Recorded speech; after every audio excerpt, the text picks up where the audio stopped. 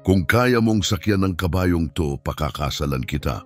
Ang pangungusap ay tumagos sa katahimikan ng arena tulad ng isang talim, matalas at walang awa. Ilang mamumuhunan ang napaubo ng hilaw na tawa mula sa itaas, ngunit mabilis din itong nalunod sa malawak na katahimikan. Walang nakakaalam kung paano tutugon. Sa gitna ng arena, nakatayo sa buhangin si Teresa Reyes. Nakakrus ang mga braso at ang tindig niya ay singtigas ng bakal na bumubuo sa estruktura ng arena. Ang kanyang boses, pinalakas ng akustika, ay tumunog na matamis pero nakamamatay, parang lason sa magandang bote. Biro lang sana iyon, isang malupit at pampublikong paraan upang durugin ang dangal ng isang lalaki. Isang palabas para tapusin ang kahihiyang nagaganap sa harap niya. Ang kahihiyang iyon ay si Ronaldo, isang itim na kabayo, dambuhala at mailap na ngayon nakatayo sa dalawang paa at sumisipa sa hangin. Halos tamaan ang ulo ng pinakamahal na tagasanay ng kabayo sa buong mundo. Ang lalaki ay gumapang palayo, putlang-putla sa takot.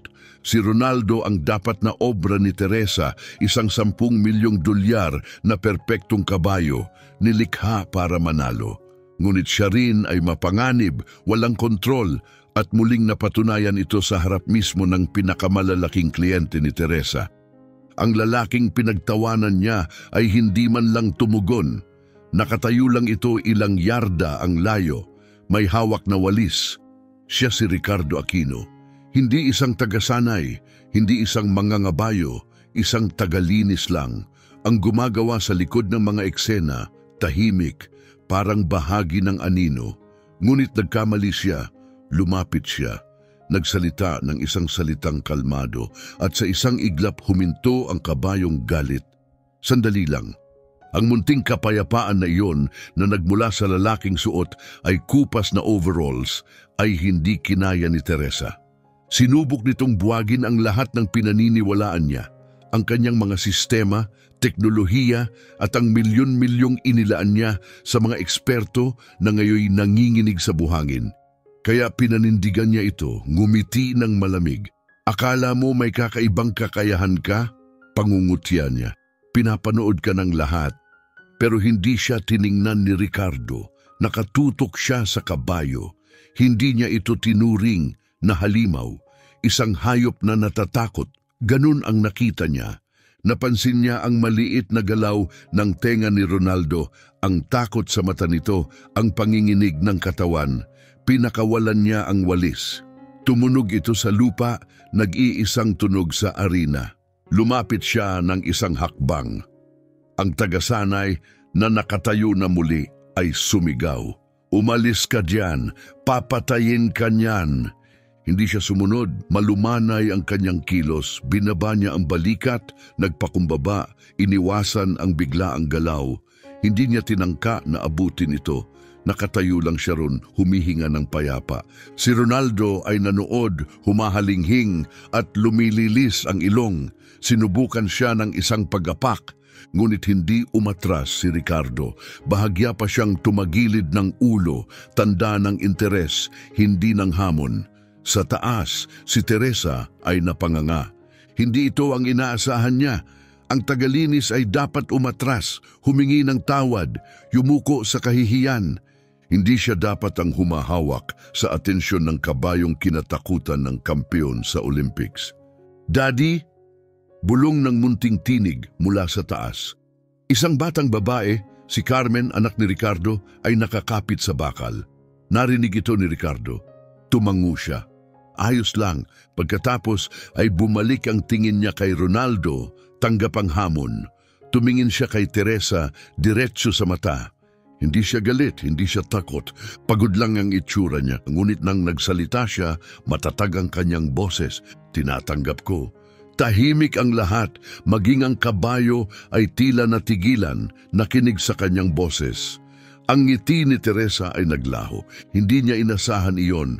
Ang layunin ng biro ay upang durugin ang lalaki, hindi upang tanggapin ito. Pero ngayon, ibinalik ito ni Ricardo sa kanya.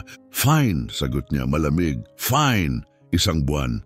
Tinuro niya ang petsa, autumn cup, sa isang buwan. Saka mo siya sakyan sa harap ng lahat. Hindi yon paanyaya, pananakot yon. Tumango lang si Ricardo. Isang buwan. At doon naganap ang hindi inaasahan. Napasinghap ang mga tao. Tumalikod si Ricardo kay Ronaldo. Umalis na parang wala lang, tahimik, walang takot. Parang iniwan lang niya ang isang aso na natutulog. At si Ronaldo, hindi gumalaw. Pinanood lang siya, tahimik. Lumapit si Ricardo sa kanyang anak, binuhat ito at lumakad papalayo sa lagusan. Walang sinabi. Iniwan niya ang mga gulat na mamumuhunan, takot na tagasanay, naguguluhang kabayo at isang CEO na niyugyog ng lalaking pinakahindi niya kailanman inakalang magiging mahalaga. Nagsimulang magbulungan ang mga mamumuhunan. Lumapit si Alberto, ang pangunahing tagasanay ni Teresa, nanlalata ang mukha. Miss Reyes, seryoso po ba kayo? Tagalinis lang siya. Lalapain siya ng kabayong yon. Hindi sumagot si Teresa. Nakatayo lang siya, tahimik, nakatitig sa lugar kung saan naroon si Ricardo. Ilang sandali lang ang nakalipas. Ang pinaka nakakainis sa kanya ay hindi ang hamon mismo, kundi kung paano ito hinarap ni Ricardo.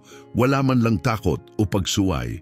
Hindi siya naglaro ayon sa mga alituntunin ni Teresa. Sa halip, binago niya ang mismong laro. Alamin mo kung sino siya, utos niya sa wakas, malamig at mariin ang boses. Gusto ko ng lahat, background, trabaho, at kung bakit akala niya kaya niyang paamuhin ang demonyong kabayong yon. Tumango agad ang assistant niyang si Roberto. Opo, Miss Reyes. At ibalik si Ronaldo sa kulungan niya. Dagdag niya habang tumatalikod na. Dublihin ang seguridad. Kung gusto ng janitor natin na magpaka-cowboy, siya'y maglalaro sa ilalim ng mga patakaran ko. Habang naglalakad palayo, unti-unting lumulubog sa isipan niya ang lahat ng nangyari. Siya, si Teresa Reyes, isang haligi ng industriya, ay parang nag-propose ng kasal sa isang janitor sa harap ng pinakamakapangyarihang mamumuhunan. Nakakatawa, nakakahiya. Ngunit sinabi niya sa sarili na wala yung halaga. Magfe-fail si Ricardo. Sa loob ng isang linggo, magmamakaawa yung bumitaw sa usapan. At pag nangyari yon, may kakaibang sarap sa isiping mapapaalis niya ito sa trabaho. Pero habang pumapasok siya sa makintab na elevator, isang malamig at paulit-ulit na pag-aalinlangan ang sumiksik sa isip niya.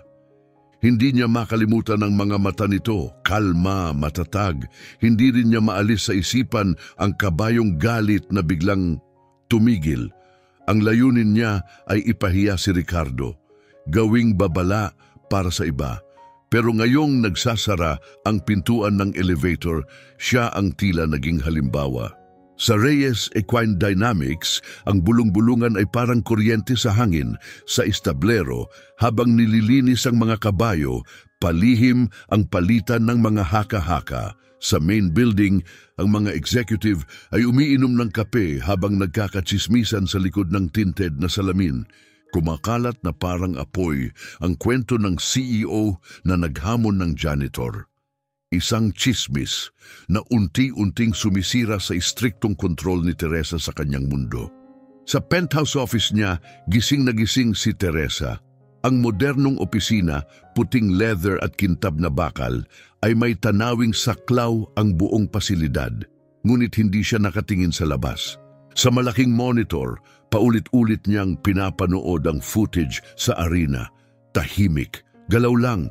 Pinagmasdan niya ang takot sa mata ng kabayo, ang sindak sa mukha ng trainer, at ang kakaibang katahimikan kay Ricardo Aquino. Nag-zoom in siya, walang yabang, walang ego, isang katahimikan na gumugulo sa kanya. At nang tumalikod ito sa kabayo, hindi para magpakitang gilas, kundi parang sinasabi, wala kang banta sa akin. Sino siya? Sa isang simpleng apartment na amoy bagong laba at sawdust, si Ricardo ay nakaupo sa isang kahoy na mesa. Tinatahi niya ang sira sa lumang backpack. Sa harap niya, si Carmen ay tahimik na nagdodrawing sa sketchbook. Mga kabayo, hindi mailap, kundi payapang tumatakbo sa mga parang. Walang bakas dito ng lalaking tumanggap ng hamon kahapon. Isang ama lamang, maingat na inaayos ang bag ng anak. Hindi ito ang buhay na gusto ni Ricardo. Pinili niya ang trabaho para sa katahimikan, para manatiling hindi pansin, para walang nagtatanong, para mailibing ang isang nakaraan na ayaw niyang maalala. Kinuha niya ang trabahong ito para makalapit sa mga kabayo nang hindi bumabalik sa dati niyang buhay, para magbayad ng hindi niya pinangalanan. Ang bawat araw na lumilipas na hindi siya napapansin ay kaligtasan para sa kanya. Daddy, mahinang bulong ni Carmen. Ang unang salitang sinabi mula kahapon. Bihira siyang magsalita, lalo na sa iba. Inilapit niya ang kanyang guhit. Tiningnan ni Ricardo. Sa mga guhit ng kabayo, may isang malaking itim na kabayo, si Ronaldo. Pero hindi ito galit. Payapa itong nakatayo. Sa tabi nito, isang maliit na tao, siya. Napatingin si Ricardo sa guhit at may kung anong humigpit sa kanyang lalamunan. Sa unang pagkakataon mula sa hamon, may emosyong sumilay sa kanyang mga mata. Tinanggap ni Ricardo ang hamon hindi lang para sa kabayo, kundi upang wakasan ang sakit nito. Ngunit habang nakatitig siya sa guhit ng kanyang anak, may nagbago sa loob niya. Naunawaan niyang ginawa rin niya ito para sa kanya, upang ituro na hindi lahat ng makapangyarihan ay dapat katakutan, na ang lakas ay hindi laging nangangahulugan ng panganib, na ang halimaw mula sa nakaraan ay hindi kailangang sumunod hanggang sa hinaharap. Isang oras ang lumipas at may kumatok. Isang itim na sasakyan na may logo ng Reyes Equine ang huminto sa harap ng kanilang simpleng gusali. Maikli lang ang mensahe, dumiretso ka sa opisina ng CEO agad. Pagdating ni Ricardo, naroon na ang buong senior team. Si Alberto, ang punong tagasanay, ay nakatingin sa kanya ng may lantad na galit. Si Roberto, ang assistant, ay hindi makatingin sa kanya. Sa likod ng marmol na mesa si Teresa, tulad ng reyna sa trono. Isinilid niya ang makapal na folder na balat sa mesa. Ito ang kontrata, malamig niyang sabi. Gawa ito ng legal team kaninang umaga. Nakadetalye rito ang lahat ng kasunduan natin. Isa itong taktika para takutin siya. Paalala kung nasaan ang lugar niya, isang ordinaryong manggagawa na napasama sa larong hindi niya dapat kinabibilangan. Tahimik ang silid habang binubuklat ni Ricardo ang dokumento. Mabagal, hindi mababasa ang ekspresyon niya. Puno ito ng legal na termino, media rights, NDAs, liability clauses, at performance metrics. Tahimik siyang lumapit kay Roberto, kinuha ang ballpen mula sa nanginginig nitong kamay at bumalik sa mesa. Doon, sa harap ng lahat, sinimulan niyang baguhin ang kontrata.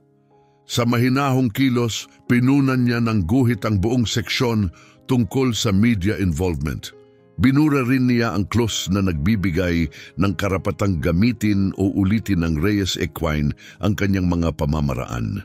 Sa dulo, malinis at malinaw ang isinulat niya. Ang lahat ng sesyon kay Ronaldo ay pribado. Walang manunood, walang panghihimasok, walang exception. Ibinalik niya ang dokumento. Ito ang mga kondisyon ko, mahinahon niyang sabi. Sumabog sa tawa si Alberto. Kalokohan ito. Paano natin susukatin ang progreso kung di natin mapapanood? Baka mapanganib ang ginagawa niya. Sa unang pagkakataon, tumingin si Ricardo sa kanya. Ang pamamaraan ko, sagot niya, ay wala sa inyong pakialam. Si Teresa ay nakatitig sa linyang isinulat niya. Salungat ito sa lahat ng paniniwala niya. Ang kanyang imperyo ay nakatayo sa data, observation at technology. At hinihingi ni Ricardo na palitan ang lahat ng iyon ng pagtitiwala. Gusto niyang ipunit ang kontrata, gusto niyang paalisin siya, pero naalala niyang muli ang nangyari sa arena, ang kabayong imposible na naging tahimik sa presensya ng lalaking ito. Hindi lang siya isang janitor, may iba sa kanya. Sige, ani Teresa, mapakla ang boses. Magkakaroon ka ng privacy mo. Itinuro niya ang pinto. Unang session mo mamayang hapon, huwag kang malalate. Sa opisina niya, pinanood ni Teresa ang live feed mula sa nakatagong kamera sa kisame ng kulungan ni Ronaldo. Ipinangako niya ang privacy, pero hindi niya sinabing walang security footage. Sinabi niya sa sarili na loophole ito, Karapatan niyang malaman ang nangyayari. Data is everything. Sa screen, bumukas ang pinto ng paddock. Pumasok si Ricardo, suot pa rin ng lumang damit pang trabaho. Sa dulo ng kulungan, si Ronaldo ay alerto. Mga kalamnan ay naninigas. Pagkakita sa kanya, napatingkayad si Ronaldo, umihip ng malakas at kinaskas ang lupa. Isinara ni Ricardo ang pinto at wala siyang ginawa. Hindi siya lumapit, hindi siya nagsalita, wala siyang hawak, walang tali, walang pagkaing panligaw, walang kahit ano. Hindi man lang niya tinaas ang kamay, sumandal lang siya sa bakod, mga 50 talampakan ang layo mula sa kabayo at naghintay. 1 oras, walang nangyari. Nag-ikot si Ronaldo, suminghal at minsan ay tila susugod. Pero humihinto bago bumangga. Tinitingnan kong matitinag si Ricardo. Hindi siya gumalaw, tahimik, matatag, parang puno sa gitna ng bagyo. Si Teresa ay lalong lumapit sa screen, kumukulo ang inis. Ano ba to? Bulong niya, kalokohan. Sa kanya ito'y sayang sa oras. Anong klaseng pamamaraan ito? Ang hindi gumawa ng anuman, pero hindi niya may off ang video. Hindi rin siya makalingon. Nagpatuloy ang ritual. Araw-araw eksaktong 3:00, pumapasok si Ricardo sa kulungan. At sa loob ng 1 oras, wala pa rin siyang ginagawa. Sumasandal sa parehong bahagi ng bakod. Maluwag ang mga braso, steady ang paghinga. Tila hindi nga siya tumitingin sa kabayo. Sa paglipas ng araw, naging bahagi siya ng paligid, parang poste, lupa at timba ng tubig. At araw-araw pareho ang reaksyon ni Ronaldo, sumisigaw, pumapadyak, tumatakbo, tila halimaw. Pero hindi siya kailanman tinamaan si Ricardo. At si Ricardo hindi gumagalaw. Isa itong kakaibang sayaw, isang bagyong umiikot sa tahimik na sentro. Sa buong pasilidad kumalat ang mga chismis. Pinagtatawanan siya ng mga stable hands. Tinawag itong meditation session o the great stare down. Galit na galit si Alberto. Paulit-ulit siyang sumugod sa opisina ni Teresa. Hindi siya tagasanay, sigaw niya. Isa siyang impostor, niloloko niya tayo. Pero si Teresa ay hindi sumasagot. Nakatingin lang siya sa screen dahil sa kaibuturan niya, hindi na siya sigurado. Ilang linggo na lang bago ang Autumn Cup. At sa tingin ng karamihan, kung magpapatuloy si Ricardo sa ganitong paraan, ang tanging pagkakataon na masasakyan niya si Ronaldo ay sa sariling libing niya. Nawalan na ng pasensya si Teresa na hindi naman kilala sa pagiging matiisin. Pinanood niya ang bawat minuto ng tinatawag na mga sesyon ni Ricardo sa pamamagitan ng nakatagong kamera sa kulungan ni Ronaldo. Bawat oras ng katahimikan at walang galaw ay lalong nagpapainit ng ulo niya. Siya ay isang babaeng nabubuhay sa aksyon, sa resulta, sa mga desisyong batay sa datos. Pero ang tahimik, pasibong pagkontra ni Ricardo, hindi niya ito maunawaan at sawa na siya. Hindi niya nakita si Ricardo sa paddock kundi sa silid ng mga gamit. Tahimik itong naglilinis ng mga sintas at harness ng kabayo. Parang ordinaryong araw lang. Ang kanyang mga kamay ay banayad, maayos, parang walis lang o mop ang hawak. Mukha pa rin siyang kung sino talaga siya, isang tagalinis. Isang taong tila bahagi lang ng background. Ang pagkakaiba sa pagitan ng simpleng gawaing ito at ng katatagan na ipinakita niya sa arena ay halos hindi masukat. Ano bang pakay mo, Aquino? Tanong ni Teresa. Matalim ang boses. Tumingala si Ricardo na gulat, parang hindi inaasahan ang kanyang presensya. Hindi ako naglalaro, Miss Reyes. Ah, ganun ba? Sagot niya. Lumapit pa. Ang hakbang ng takong niya ay tumutunog sa semento. Kasi sa nakikita ko, parang laro talaga yan. Pumapasok ka sa kulungan, tapos tatayo ka lang doon.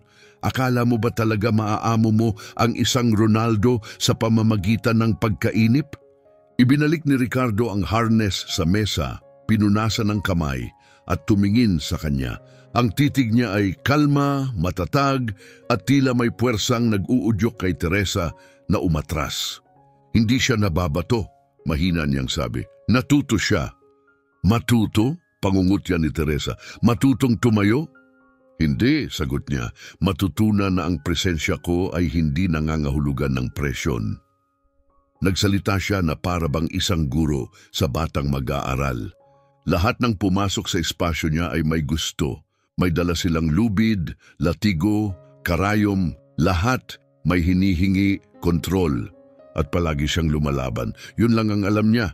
Isang buhay ng sigaw at walang nakikinig. Sandaling natahimik si Teresa. Makinig? Sagot niya bahagyang natawa. Kabayo siya, hindi makata. Kailangang paluhurin yan. Turuan ng pagsunod. Ngunit kumislap ang mata ni Ricardo. May malamig, matalas na enerhiya. Pinapaluhod lang ang dapat paluhurin, sagot niya. Hindi mo pwedeng pilitin ang tiwala. Kailangan mo itong makamit. Binibigyan ko lang siya ng espasyo para magdesisyong ibigay yon. Tumahimik ang hangin. Ang mga salitang iyon ay tila hamon, hindi sa autoridad ni Teresa, kundi sa buong sistema niya. Buong buhay ni Teresa ay umiikot sa kontrol, datos at dominasyon. At heto ang lalaking ito, sinasabing, wala sa mga iyon ang mahalaga. Kaya ang plano mo, tugon niya puno ng panlalait, ay maghintay. Kulang 4 na linggo na lang para masakyan mo ang isang halimaw at ang sagot mo ay tumayo lang at umasa na magbago ang isip niya. Yan lang ang planong may tsansa, tugon ni Ricardo, walang pag-aalinlangan. Tumawa si Teresa, tuyong halakhak, walang saya, isa kang hangal. Irap niya at tumalikod. Umalis siya, ang matitinis na tunog ng takong niya ay kumakalabog sa pasilyo. Iniwan niya si Ricardo at ang kanyang sariling galit. Tahimik siyang nanatili, bumalik sa paglilinis ng harness. Ngunit ang isipan niya ay nasa ibang lugar. Naalala niya si Lyra, isang alaala na parang alikabok na biglang sumingaw. Ang sigawan sa rodeo, amoy ng pawis, katad at alikabok. Si Lyra, matapang maganda, tumatawa habang nakasakay sa galit na bronco. Siya ang apoy. Si Ricardo ang katahimikan. Ngunit sa mundo ng karera, hindi sapat ang katahimikan. Kailangan ng mas matindi, mas risky, mas kahanga-hanga. At isang araw, nadulas ang kabayo, napigtas ang strap, at naglaho ang apoy. Hanggang ngayon naroon pa rin ang lungkot, matagal na pero mabigat pa rin. Kaya siya umalis, kaya siya nagtago. Ngunit hindi siya hinayaang manatili sa anino ni Teresa Reyes. Hindi na ito tungkol sa Ronaldo, ito'y pagharap sa sarili niyang multo. Pumasok muli si Ricardo sa kulungan.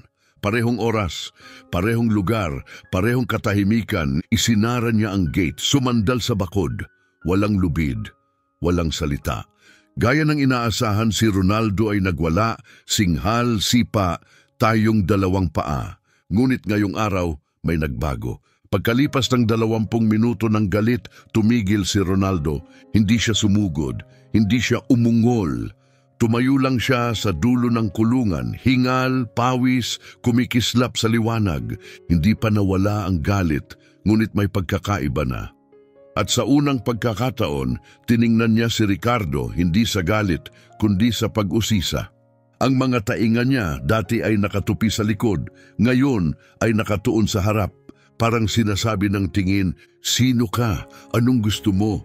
At mula sa kanyang opisina, nanonood si Teresa, hindi makapaniwala sa kanyang nakikita. Nakatitig siya sa screen, parang nakasaksi ng himala. Nakikita rin niya ang bahagyang pagbabago sa postura ni Ronaldo, ang mas banayad na tingin sa kanyang mga mata.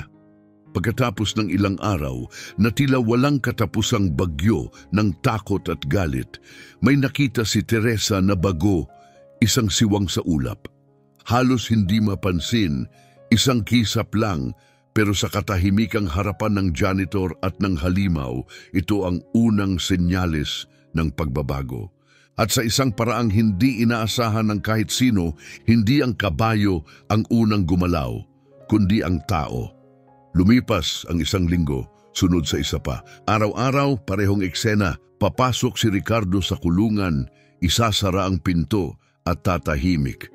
Walang salita, walang gamit, walang presyon. At araw-araw nagbabago si Ronaldo, unti-unti nawala ang mga biglaang pagsugod. Tumigil ang pagsisigaw. Pinalitan ito ng mahahabang sandali ng tahimik na pagmamasid. Tinititigan siya ng stallion. Sinusuri ang kakaibang lalaking ito na hindi siya tinatakot, na walang hinihingi. Hindi pa siya naiintindihan ni Ronaldo pero sa unang pagkakataon, sinusubukan niya. At si Ricardo napansin ang pagbabago kaya binago rin niya ang kanyang paraan. Ngayon, hindi na siya sumandal sa bakod. Sa halip, lumakad siya sa gitna ng kulungan at umupo sa buhangin, naka-cross-leg, tahimik, mababa. Nagbago agad ang dinamika, hindi na siya mukhang banta, mababa siya, kalma, mahinahon.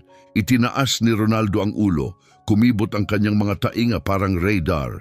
Isang hakbang paabante, tumigil, isa pa. Sa unang pagkakataon, lumiliit ang agwat sa pagitan nila, hindi dahil sa galit, kundi sa pagkamausisa. Kasama ni Carmen ang kanyang ama sa establero, hindi pa rin siya lumalapit sa paddock. Sariwa pa ang takot, ang ingay, ang yabag, ang kaguluhan. Ngunit nananatili siya malapit, ang maliit niyang kamay ay nakakapit sa kamay ng ama habang naghahanda ito ng pagkain ni Ronaldo. Sa loob ng kulungan, naghihintay si Ronaldo. Pagkakita kay Ricardo, naglabas siya ng tunog. Mababa, halos banayad, isang malambing na ungol. Wala pang sino mang nakarinig sa kanya ng ganun dati. Hinigpitan ni Carmen ang hawak, naninigas ang katawan, nakatutok ang mga mata sa itim na kabayo. Nandun pa rin ang takot, nananatili sa kanyang tiyan malamig. Pero ngayong gabi, may kasamang ibang damdamin, paghanga. Habang abala si Ricardo, may inilabas si Carmen mula sa bulsa, isang di kasinsakdal na karot. Nanginginig ang kamay niya habang nilalapag ito sa gilid ng feed bin. Wala siyang sinabi. Tahimik siyang umatras, bumalik sa tabi ng ama. Napansin ito ni Ricardo. Wala siyang sinabi, ngunit hinaplos niya ng banayad ang buhok ng anak. Puno ng damdaming matagal na niyang hindi naramdaman. Hindi na nagkukunwari si Teresa. Kanselado ang mga meeting, hindi sinasagot ang tawag. Ginugugol niya ang buong araw sa panonood ng live feed mula sa paddock ni Ronaldo. Nakikita niya ang maingat na hakbang ng kabayo, ang tahimik na ritmo sa pagitan ng ama at anak. Nakikita niya ang karot, itong mga simpleng kilos, wala sa spreadsheet o performance chart. At halos mabaliw siya kakaisip, hindi lang kabayo ang tinitrain ng janitor. May ginagawa siyang iba, isang bagay na totoo at hindi kayang kontrolin ni Teresa. Ang kawalan ng kontrol na iyon ay sumisira sa kanya. Walang nahukay sa background check. Ngayon, lumalim na ang pagkausisa, naging madilim. Kumuha siya ng private investigator, isang veteranong kilala sa paghahanap ng multo ng nakaraan. Wala akong pakialam sa gastos, utos niya. Hanapin mo ang nakaraan ni Ricardo Aquino. Hindi lang ito tungkol sa pagkausisa, may presyong bumababa mula sa board. Si Carlos Peralta, isang senior board member at veterano sa mundo ng kabayo, ay humarap kay Teresa. Nakaupo siya, matigas ang katawan, hindi maitago ang disapproval. Teresa, aniya, nag-aalala ang board. Ang pustahan mo sa janitor, balita na sa buong industriya. Ginagawa tayong katawa-tawa, walang profesionalismo, puro kapusukan. Maingat at malamig ang tono ni Teresa. Ang pustahan ko, sagot niya, ay isang kalkuladong panganib. Sigurado ka? Tanong ni Carlos, taas ang kilay. O baka naman na-obses ka lang, ginastusan mo ng milyon ng kabayong yan at ngayon isinusugal mo ang reputasyon natin sa isang walang lisensyang tagalinis. Hindi na tinag si Teresa. Sabihin mo sa board, sagot niya, na sinusubukan ko ang bagong modelo ng pagsasanay, isang alternatibong paradigma. Kung gumana, maaring baguhin nito ang buong industriya, isang kasinungalingan, isang corporate spin. Pero habang sinasabi niya ito parang nagiging totoo, hindi kumbinsido si Carlos. Kung ganon, babala niya, siguraduhin mong gumana. Malapit na ang Autumn Cup. Ang hinihintay ng board ay resulta, hindi alamat. 2 linggo mula nang magsimula ang hamon at dumating na ang sandali. Ang araw ay nagsimula gaya ng dati. Pumasok si Ricardo, isinara ang pinto, umupo sa gitna. Si Ronaldo ay nasa dulo ng kulungan, kunwaring walang pakialam pero nakamasid. Ramdam ni Ricardo ang titig ng stallion. Matindi, buo. Pagkalipas ng halos 1 oras, tumayo si Ricardo. Hindi siya lumapit. Hinawi lang niya ang buhangin sa pantalon at nagsimulang lumakad, isang mabagal, malawak na paikot sa loob ng kulungan. Hindi siya lumalapit, panatili ang distansya. Si Ronaldo, sinusundan siya ng tingin, bawat hakbang, bawat galaw. Pagkatapos tumigil si Ricardo, hindi pa rin niya tinitingnan ang kabayo. Inilahad lang niya ang kamay, nakababa, relax. Isang paanyaya, walang salita, walang pilit. Naghintay siya. Lumipas ang 1 buong minuto katahimikan at pagkatapos, tanging ang hangin lang ang naririnig sa arena, bulong na dumadaloy sa mga bakal na biga. Si Teresa, nanonood mula sa kanyang opisina, ay nakalimutang huminga. At pagkatapos, kumilos si Ronaldo, isang hakbang, isa pa, mabagal, sinadya, maingat. May isang uri ng kagandahan sa kilos ng kabayo na hindi pa niya kailanman nakita. Ang agwat sa pagitan ng tao at ng halimaw ay unti-unting lumiliit. Walang banta, walang dahas, katahimikan lang. Tumigil si Ronaldo, ilang pulgada na lang mula sa kamay ni Ricardo na nakalahad. Ang katawan niya ay puro kalamnan, isang puwersa ng kalikasan, isang maling kilos at maaring trahedya ang kasunod. Ngunit nanatiling ganap na kalmado si Ricardo. Inilapit ni Ronaldo ang ulo. Lumaki ang paghinga niya, inaamoy ang tao na hindi kailanman nagtaas ng kamay laban sa kanya. Nag-alinlangan siya, mga taon ng takot, ng sakit, ng mga inaasahan. At pagkatapos, sa isang banayad na kilos na salungat sa lahat ng alam niya, inilapit ni Ronaldo ang kanyang ilong sa palad ni Ricardo. 1 segundo lang ang itinagal, ngunit sapat na, isang linya ang nalampasan, isang koneksyon ang nabuo, isang digmaan ang natapos, hindi sa tagumpay, kundi sa pag-unawa. Napasinghap si Teresa, tinakpan ng bibig, nasaksihan niya ang imposibleng mangyari. Ang kanyang halimaw na nagkakahalaga ng 10 milyon, ang simbolo ng kapangyarihan at kaguluhan, ay pinili ang koneksyon. Hindi dahil sa lakas, hindi dahil sa teknolohiya, dahil sa tiwala. Totoo, pinaghirapang tiwala at ibinigay ito sa isang lalaking itinuring niyang hindi mahalaga. Paulit-ulit niyang pinanood ang footage. Bawat ulit, mas lalo niyang nakikita ang mga detalye, ang lambot sa mata ni Ronaldo, ang katahimikan sa katawan ni Ricardo, ang kawalan ng takot. Ang mundo ni Teresa ay umiikot sa kontrol, sa prediksyon, sa mga numerong kayang sukatin. Pero ito hindi maipapaliwanag ng anumang algorithm.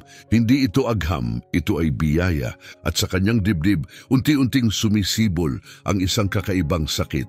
Sa unang pagkakataon sa kanyang buhay, naisip niya, mali siya, lubos na mali. Kinabukasan, may dumating na courier, dala ang isang file, nakatali sa balat, parang aklat ng lumang lihim kaysa background report. Pinauwi ni Teresa ang kanyang assistant at isinara ang pinto.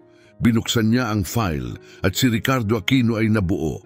Mga lumang balita, malabong litrato, pira-pirasong alaala. Naroon si Ricardo, mas bata, magaspang ang anyo. Nakasimangot pero may ngiti.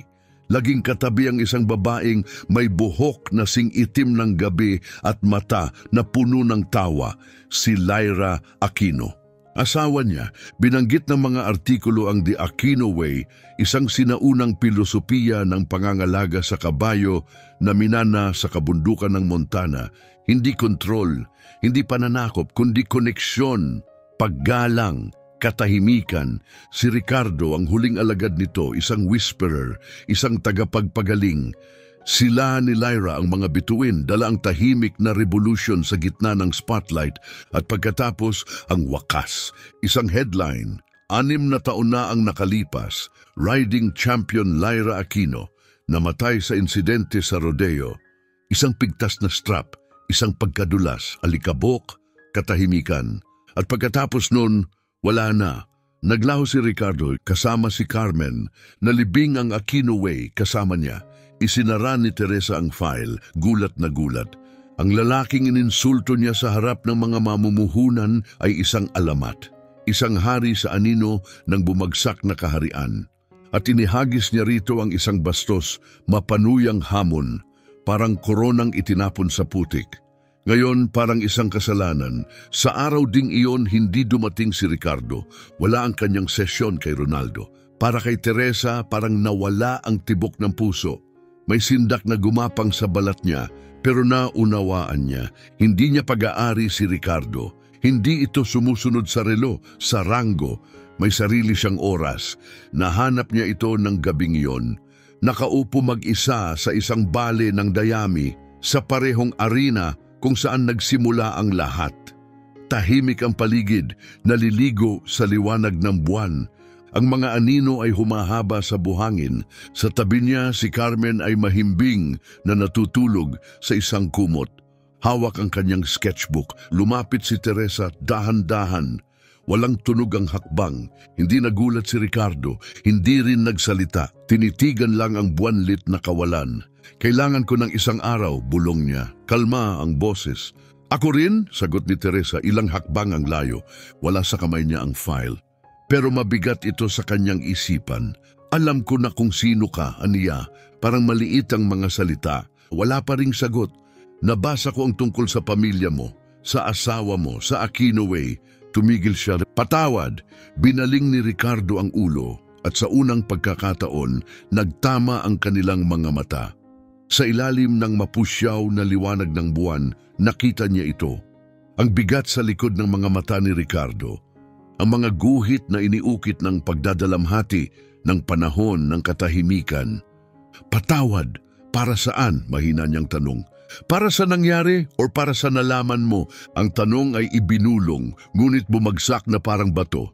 Para sa kamangmangan ko, tugon ni Teresa, nagulat sa sariling katapatan. Isang janitor ang nakita ko, hindi ko nakita ang tao. Bahagyang bumaluktot si Ricardo, pagod ang kilos. Yun ang layunin, sagot niya. Ayokong makita. Tahimik, marupok, parang salamin na naghihintay na mabasag. Mula sa malayo, narinig ang banayad na unggol ng kabayo. Si Ronaldo, ang kayabangan ni Teresa na laging naging sandata niya, ay tila nabiyak ng tanong na hindi niya mapigilan. Bakit dito? Tanong niya. Sa lahat ng lugar na pwede mong takasan, bakit sa puso ng mundong gusto mong talikuran? Bakit sa kumpanyang kumakatawan sa lahat ng tinalikuran mo? Tumingin si Ricardo kay Carmen, mahimbing na natutulog sa tabi ng kanyang sketchbook. Mabagal at pantay ang paghinga. Nang mamatay si Lyra, ani Ricardo, buo ngunit magaspang ang tinig. Ang pinakamahirap ay ang katahimikan. Tumigil sa pagsasalita si Carmen at ang mga kabayo, sila na lang ang naiwan sa akin, ngalaala ng kung sino kami. Ayoko nang magsanay, ayoko nang lumaban. Gusto ko lang makalapit. Ang mga kabayo, hindi nila iniintindi kung sino ka. Hindi pera, hindi titulo, hindi kasaysayan. Ang mahalaga sa kanila ay presensya. Yung totoo, ipinakita niya ang paligid. Kaya pumunta ako sa pinakamagulong lugar at kinuha ang pinakamatahimik na trabaho. Tahimik na nakinig si Teresa at may nabago sa loob niya. Ang buong buhay niya ay itinayo sa estruktura, kapangyarihan, kontrol. Ngunit si Ricardo ay pumili ng kababaang loob. Napansin niyang nakabukas ang sketchbook ni Carmen. Sa ilalim ng liwanag, nakita niya ang guhit. Si Ronaldo malayang tumatakbo sa parang. Ang kanyang buhok ay maluwag, ang katawan magaan, at sa kanyang likod nakangiti at matapang, isang maliit na batang babae. Tumingin si Teresa kay Ricardo.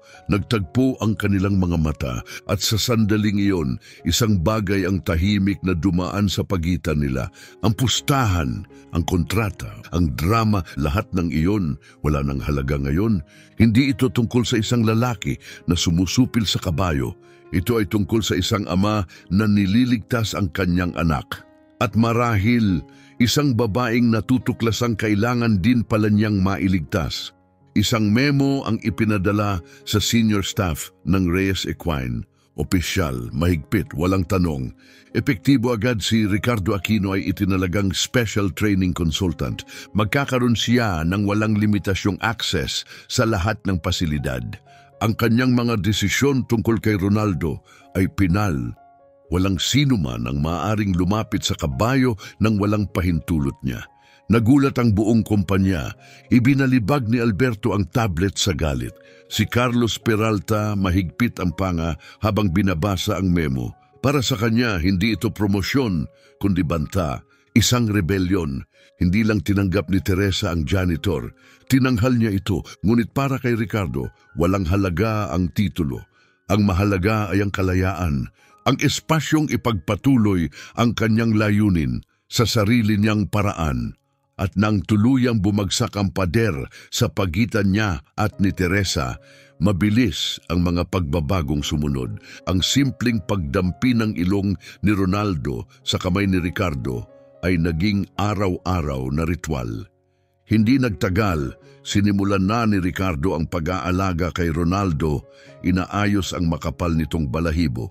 Ang kabayong dati mabangis, ngayon ay tahimik na nakatayo. Malambot ang mata, relax ang tenga. Isang banayad na ugong ng kapayapaan ang lumalabas mula sa kanyang dibdib. Isang araw, ipinakilala ni Ricardo ang saddle blanket. Nanginig si Ronaldo, tumikas ang kalamnan, muling naalala ang trauma.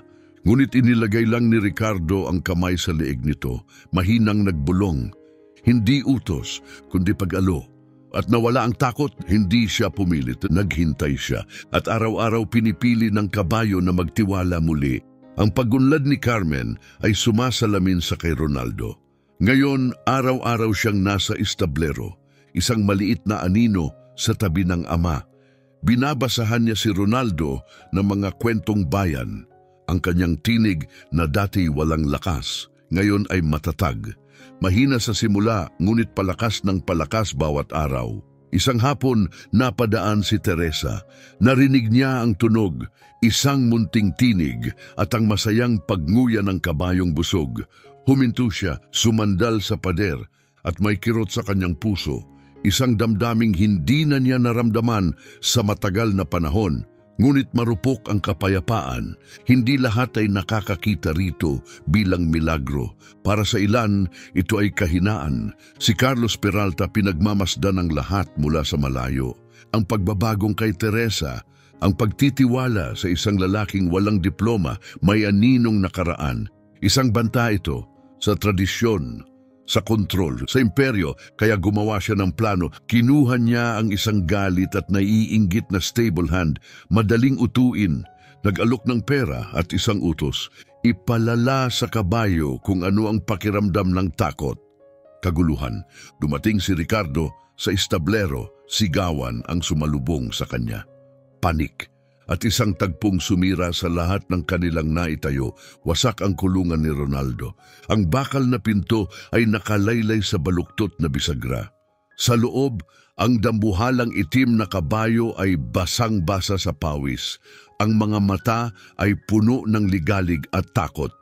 May mahahabang galos sa kanyang tagiliran at ang tiwalang pinaghirapan ni Ricardo sa loob ng ilang linggo ay nawala. Nabasag. Pagkakita kay Ricardo, hindi siya lumapit. Sumigaw siya, matinis, hilaw, puno ng hilakbot at isinugod ang sarili sa malayong pader, animoy nasukol ng sarili niyang takot. Bumagsak ang puso ni Ricardo, lahat ng progreso, lahat ng tahimik na oras, lahat ng kwentong binulong, burado. Hindi siya malapitan, kinakabahan si Ronaldo kahit sa isang hakbang palapit.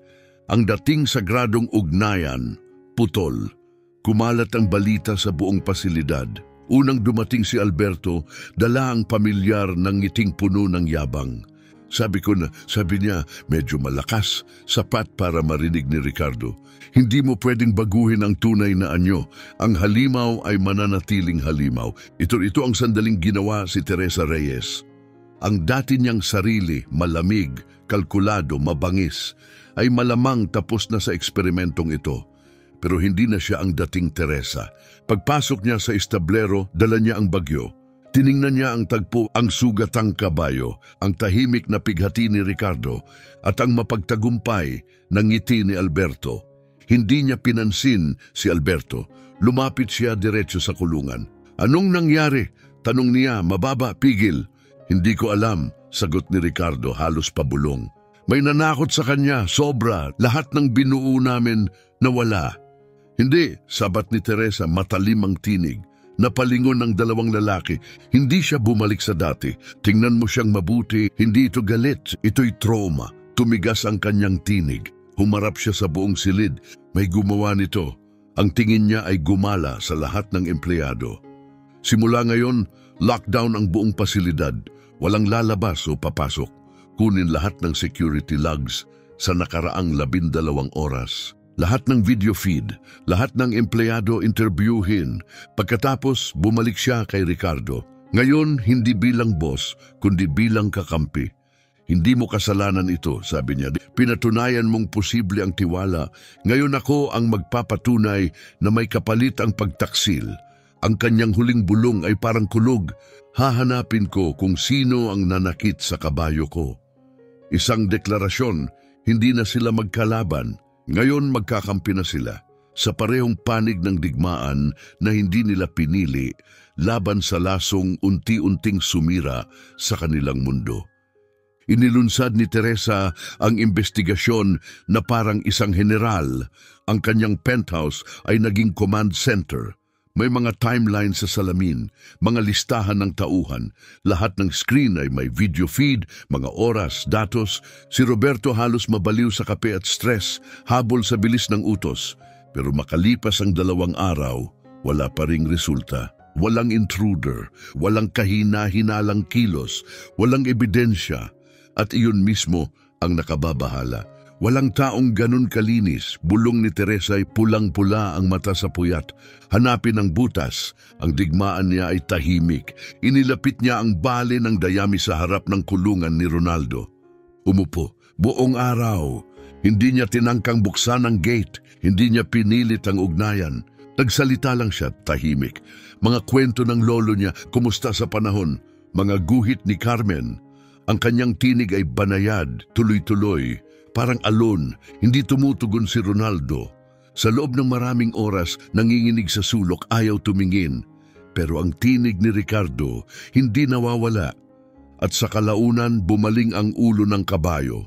Nakikinig, pagpapagaling, muling isinilang mula sa pagkawasak. Dumating mula sa hindi inaasahang lugar, isang batang technician ng IT, kinakabahan ngunit determinado, ay kumatok sa opisina ni Teresa.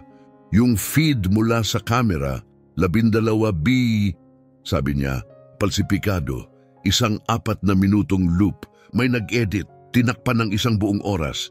At iyon lang ang kailangan niya, bit-bit ang timestamp, sinaliksik niya ang ibang kamera. At nakita niya ito, isang malabong frame, grainy, pero sapat na. Si Carlos Peralta, ang kanyang puting buhok ay di mapagkakaila.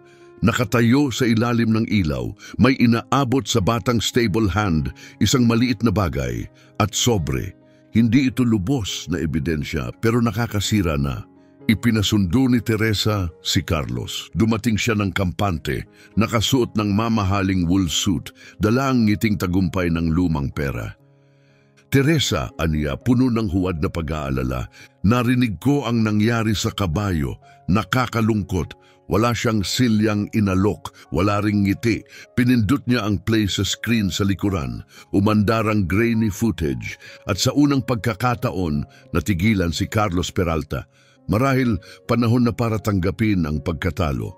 Ang mapanlibak na tono ni Carlos Peralta ay agad na naglaho nang lumapat ang tingin niya sa screen sa likod ng mesa ni Teresa. Isang imahe, siya at ang stable hand, huli. "Pagkatalo," sabi ni Teresa, kalmadong parang punyal ang boses, "ay usapin ng pananaw." Yumuko siya ng bahagya. "Halimbawa, sa tingin ko, ituturing ng SEC na ang isang board member na sabuatan sa pagsira ng asset ng kumpanyang nagkakahalaga ng milyon ay isang napakasamang pagkatalo para sa kanyang karera." Namutla si Carlos. "Kalokohan," sigaw niya. "Walang pinapatunayan yan." Sa ilang pindot lumabas ang isa pang imahe.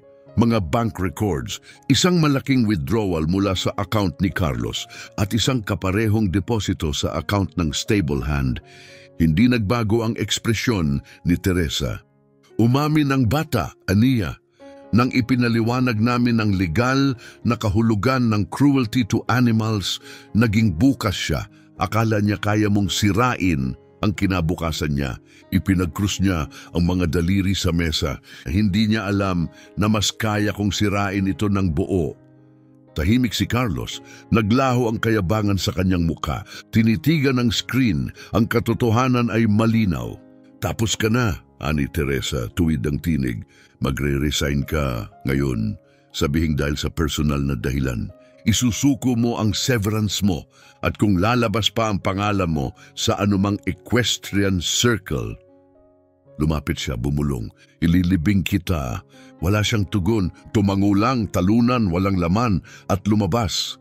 Abo na ang kanyang kaharian. Hindi siya sinundan ng tingin ni Teresa. Walang tagumpay sa kanyang puso. Tanging matigas na paninindigan. Nawala na ang kanser. Ngayon, kailangang iligtas ang natira. Natagpuan niya si Ricardo sa karaniwang pwesto, nasa ibabaw ng bale ng Dayami, sa labas ng kulungan ni Ronaldo. 9 na araw na lang bago ang Autumn Cup, lahat ay nakasabit sa isang hibla. Tumayo si Teresa sa tabi niya, tahimik. Pinanood nila ang kabayong nanginginig sa anino. Si Carlos ang may gawa, sabi niya mahina. Wala na siya, hindi na ito mauulit. Tumango si Ricardo, hindi inalis ang tingin sa kabayo. Hindi niya kailangan ng pangalan. Ang mahalaga lang ay ang katotohanan, wasak na ang tiwala. Posible pa ba? Tanong ni Teresa. Ang boses niya ay walang depensa, walang kapangyarihan. Kaya mo pa ba? Tahimik, mahaba, pagkatapos, mas mahirap buuin ang muling nasirang tiwala kaysa magsimula mula sa wala. Tugon ni Ricardo, bawat salita ay mabigat. Hindi ko alam. Pag-asa, sa dulo ng pasilyo lumitaw ang isang maliit na figura. Si Carmen, hawak ang kanyang aklat ng kwento. Ngunit iba ang kanyang lakad ngayon, tiyak, matatag. Dumaan siya sa kanilang tabi, tumigil sa harap ng kulungan ni Ronaldo. Tiningnan siya ng stallion, nanikip ang katawan, kumilos ng may kaba, ngunit hindi umatras si Carmen. Tiningnan niya ito, hindi sa takot kundi sa habag. Binuksan niya ang libro, at sa boses na mahina ngunit buo, nagsimula siyang magbasa. Isang kwento tungkol sa isang dragon na natrap sa madilim na kuweba, at nakalimutan na ang init ng araw. Hindi gumalaw sina Ricardo at Teresa, pinanood lang nila. Habang lumalaganap ang kwento sa hangin, nagbago si Ronaldo, unti-unti, dahan-dahan. Ang takot sa mga mata ay kumupas. Kumilos ang mga tainga, nakinig. Isang hakbang palapit, isa lang. Ngunit sapat na iyon, naalala niya siya. Tumalikod si Ricardo kay Teresa. May bagong apoy sa kanyang mata. Pananampalataya, paninindigan. Kailangan nating subukan. Lumipas ang 9 na araw na parang bagyo ng pagtutok at determinasyon. Naging para silang pamilya, pinagbuklod ng iisang layunin. 3 pusong nagsisikap pagalingin ang isa.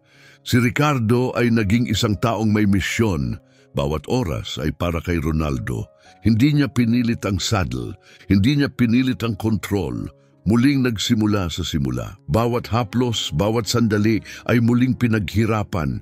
Naglalakad sila sa ilalim ng buwan kapag natutulog na ang pasilidad. Hinahayaan ang kabayo na muling matuklasan ang kalayaan sa sarili nitong paraan. Si Carmen ay laging nandoon, tahimik pare-pareho. Binabasahan si Ronaldo ng mga kwento, lalong lumalakas ang boses sa bawat pahina. Naghahabi siya ng korona mula sa ligaw na bulaklak, inilalagay sa pinto ng kulungan. Munting regalo para sa isang kaluluwang nagpapagaling.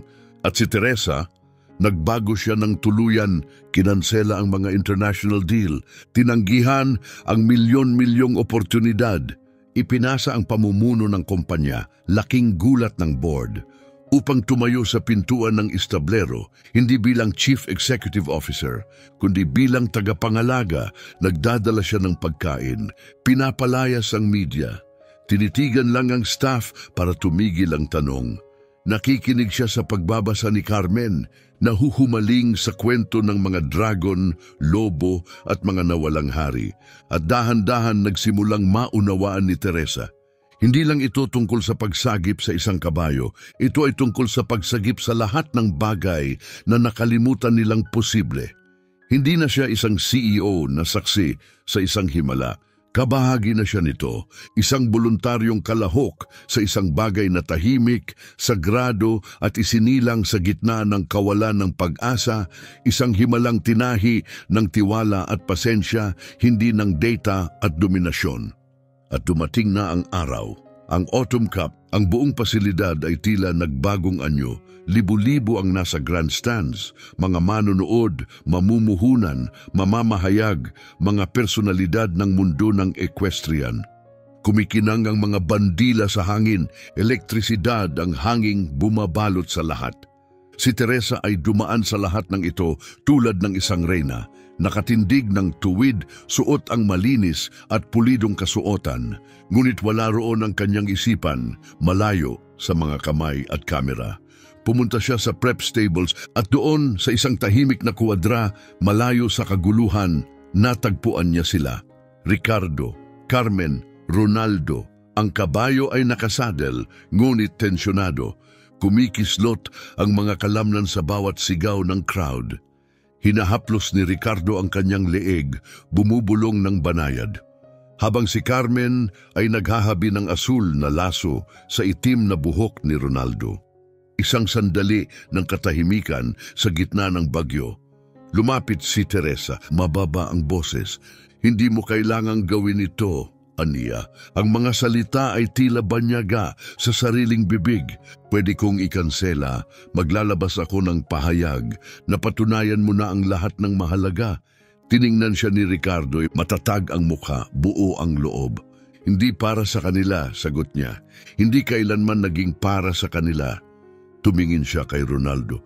Para sa kanya ito, para ipakita na ang ingay ay hindi laging nangangahulugan ng takot, na ang mga tao ay hindi laging nananakit. Tumingin siya kay Carmen na tumango ng maliit pero matapang. Panahon na para bigyan siya ng mas magandang wakas. Umalingaw-ngaw ang boses ng announcer sa buong arena, puno ng alinlangan at palabas. At ngayon, sa isang espesyal na eksibisyon, ang kabayong kilala sa kasaysayan, si Ronaldo. Ihahain ni Ginoong Ricardo Aquino. Tahimik ang libo-libo habang inaakay ni Ricardo si Ronaldo papasok sa arena. Lumalaki ang mata ng kabayo, nag-aalangan ng mga paa, umaangat muli ang takot, tumigil si Ricardo, bumulong. At pagkatapos, isang kilos na ikinagulat ng lahat, inalis niya ang bridle, ang reins, ang bit, lahat. Hinayaang malaglag sa buhangin. Wala na siyang kontrol, walang panghawak. Dahan-dahang inilagay ang mga kamay sa balikat ni Ronaldo. At sa malinaw, matapang na tinig, ang pangalan niya ay Ronaldo. At hindi siya isang halimaw. Pagkatapos, sumakay siya, walang saddle, tahimik. Walang kilos sa simula. Pagkatapos gumalaw si Ricardo, isang senyas na halos hindi halata, at kumilos si Ronaldo na hindi dahil pinilit, kundi may kagandahan. Umiikot sila sa arena, hindi bilang amo at alaga, kundi bilang magkaibigan. Isang kanter, isang galop, parang sumasayaw, walang tali, walang utos. Tanging hininga, ritmo at tiwala, tahimik ang madla. Hindi sila makapalakpak, ang nasasaksihan nila ay hindi isang palabas. Ito ay pahayag. Isang dating basag na kabayo na hindi pinilit kundi pinagaling, at sa paggaling may ibinalik siyang regalo. Sa owner's box, nakapako si Teresa, may mga luha sa kanyang pisngi. Ang lahat ng matatalas na gilid ng mundo niya, tunaw na. Lahat ng algorithm, lahat ng data, walang halaga sa harap ng ganito. Sa baba, pinapanood ni Carmen, malawak ang mata. Kumikinang ang ngiti, sumasayaw ang kanyang ama. At si Ronaldo ay sumasayaw kasama niya. Dinala ni Ricardo si Ronaldo pabalik sa gitna. Bumaba! Wala pa ring palakpakan. Isang sandali muna, tahimik, perpekto. Ipinatong niya ang noo sa kabayo. Huminga ng malalim si Ronaldo at nagsandalan silang dalawa. Pagkatapos, isang palakpak, isa pa at isa pa, sumabog ang arena, isang standing ovation. Hindi para sa palabas, kundi para sa katotohanan. Para sa kabaliwan ng panahong ito na sa halip na sirain ang mailap, maunawaan ito. Hindi yumuko si Ricardo, hindi tumingin sa madla, isinabit lang ang simpleng tali sa leeg ni Ronaldo. Tahimik silang lumakad palabas ng arena. Pabalik sa katahimikan ng kulungan, hindi iyon para sa kanila. Sa mainit na liwanag ng establero, tumakbo si Carmen sa kanya tumatawa. "Nagawa mo, Daddy! Nakasayaw kayo!" Binuhat siya ni Ricardo, puno ng galak ang puso. Magaling siyang sumayaw, anya, hinalikan ng ulo ng anak. Ilang minuto ang lumipas, dumating si Teresa. Hindi suot ang takong, wala ang media. May dalang thermos at 3 basag na tasa mula sa break room. Mainit na tsokolate, walang talumpati, walang kamera, tanging katahimikan, tamis at tila isang pamilya. Isang makapangyarihang babae, isang tahimik na mangangalaga, isang batang babaeng muling natagpuan ang kanyang tinig. At malapit, isang kabayong minsang kinatakutan, ngayon ay tahimik na nangumangata, paminsan-minsan ay sumisilip sa kanila, na may mga mata na banayad at mapagkalinga. Maya-maya tumingin si Teresa kay Ricardo, mababa ang boses, seryoso, basta't ang usapan ay usapan. Tumingin si Ricardo, walang panunuya, kundi init, paggalang. Ngumiti siya, buo sa unang pagkakataon. Hindi iyon ang premyo, hanya. Tumingin kay Ronaldo at kay Carmen na ngayon ay nakasandal na sa kanya, inaantok. Ito ang premyo, makita siyang tumatakbo na walang takot. Muling marinig ang tawa niya, iyon lang ang pangarap ko. Tumingin siya sa mga mata ni Teresa, formal na kitang pinalalaya sa kontrata. Huminga si Teresa, parang bumitaw mula sa mga taon ng kontrol, at ngumiti. "Salamat," bulong niya, ngunit hindi pa siya tapos. Ibinaba niya ang tasa at sa boses na buo, malinaw, ipinanganak na may layunin. "Kung ganon may bago akong alok," isang tunay na alok. Tumingin siya kay Ronaldo. Pagkatapos kay Ricardo, "Ang ginawa mo ngayon, hindi lang himala. Isa itong pilosopiya, paalala ng bagay na matagal nang nakalimutan ng mundo. Ayokong mabaon yon. Gusto kong gumawa tayo ng bago, isang sangay ng Reyes Equine, isang pundasyon." Tumigil siya. Sinabi ang pangalan na parang panata. "The Aquino Way Trust." Isang santuwaryo ang magiging tahanan natin, ani Teresa. Isang lugar para sa mga kabayong katulad ni Ronaldo, yung mga nasaktan ng mundo, yung mga sinukuan. Isang lugar ng pagpapagaling, hindi pagkasira. Tahimik ang hangin sa pagitan nila. Gusto kong ikaw ang mamuno, walang bahid ng panunuya, walang motibong nakatago, tanging katotohanan. Wala ng uniforming janitor, wala ng pagtatago. Gusto kong magturo ka, mamuno, magpagaling. Ako ang bahala sa pondo, operasyon at negosyo. Ikaw, tumingin siya sa kanyang mga mata, yung magbibigay ng kaluluwa. Hindi makapagsalita agad si Ricardo. Hindi niya inaalok ng trabaho. Ibinabalik niya ang buhay, ang kanyang pamana, ang layunin na akala niya'y wala na. Tumingin siya kay Carmen at nandoon ito ang daang hinaharap, nagniningning sa pag-asa. Totoo, matatag. Hindi na kailangang sabihin ang sagot at nasa mga mata na niya. Ang dating Peralta Manor, isang guho ng dating kapangyarihan, ay nabuhay muli.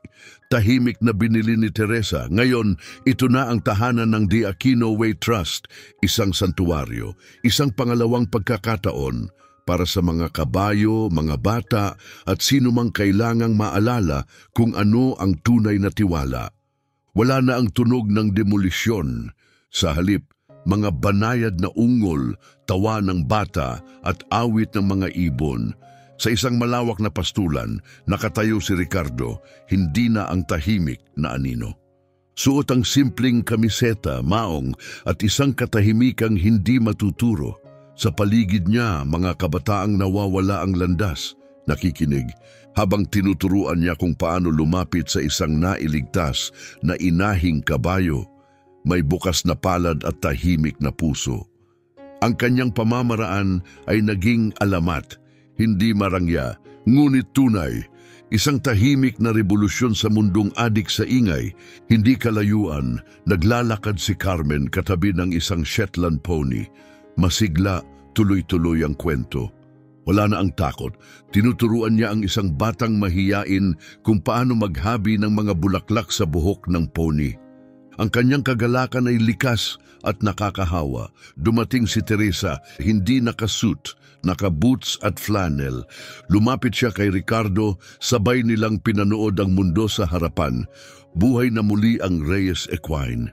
Ngunit ang puso nito ay narito na sa lugar na ito, sa tiwala, sa katahimikan, sa katotohanang minsan niyang hindi nakita. Nagpadala ng donasyon si Carlos last week, ani Teresa, may banayad ng ngiti. Anonymous, syempre, malaki rin. Tumawa si Ricardo. Pati ang sirang relo tama 2 beses sa isang araw. Tahimik silang nagkasundo. Pinagmamasdan ang mundong hindi nila kailanman inakalang mabubuo nila. Isang mundong hinubog sa sakit, tinahi ng tiwala at ginamot ng panahon. At lahat ay nagsimula sa pinakatanga-tangang pustahan, isang mapanuyang hamon, at sa kung paanong paraan naging pangalawang pagkakataon para sa kanilang lahat. Ang tunay na proposisyon, alam mo, ani Teresa kalaunan, hindi mo naman talaga sinagot ang unang alok ko. Tumalikod si Ricardo, tumingin sa kanya. Ngayon nakikita na niya ang lahat, hindi na ang malamig na CEO na mambubuska, kundi ang babaeng tumindig sa tabi niya, na lumaban para sa kabayong tinawag niyang halimaw, na uminom ng mainit na tsokolate sa ibabaw ng dayami, na iningatan ng kanyang anak na parang sarili. Inabot niya ang kamay nito, pinagtagni-tagni ang mga daliri. Ako'y taong may pasensya, anya, may kinang sa mata. Naniniwala akong ang tiwala ay dapat lumago sa sarili nitong oras. Ngumiti si Teresa, isang totoong ngiti, yung hanggang mata, at sabay nilang pinanood ang paglubog ng araw sa ibabaw ng santuwaryo na sila mismo ang nagtayo. Hindi ito kwento ng isang kontratang natupad, ito ay kwento ng pag-ibig na pinaghirapan. At kahit ang mga huling salita ay maglaho sa screen, mananatili ang kwento, tahimik. Tulad ng lahat ng magagandang kwento, gusto kong maniwala na bawat kwento ay may iniiwang liwanag, hindi para bulagin tayo, kundi upang tulungan tayong makita ang sarili nating buhay ng mas malinaw. Kaya't iiwan ko sa iyo ang tanong, anong katotohanan mula sa kwentong ito ang dadalhin mo sa paglalakbay mo? At kung saan ka man naroroon sa mundo habang binabasa ito, gusto kong malaman anong lungsod o bansa ang pinanggagalingan mo. Dahil naniniwala ako na ang mga kwento ay tulad ng kompas. Maaaring hindi nila ibigay ang lahat ng sagot, ngunit tinuturo nila ang direksyon. Kaya kung naniniwala kang mas makabubuting tahakin ang buhay ng may kaunting puso, isaalang-alang mong manatili. Laging may puwang para sa iyo rito. Tayo'y mga manlalakbay lamang, nagbabahagi ng mga kwento para sa daang tinatahak. Salamat sa paggugol ng oras sa akin. Mahalaga ang oras mo at ang pagpiling dalhin ito rito. Hindi ko kailanman kakalimutan. Hanggang sa muli, saan ka man dalhin ng landas, hanapin mo ang liwanag at hayaang ito'y magningning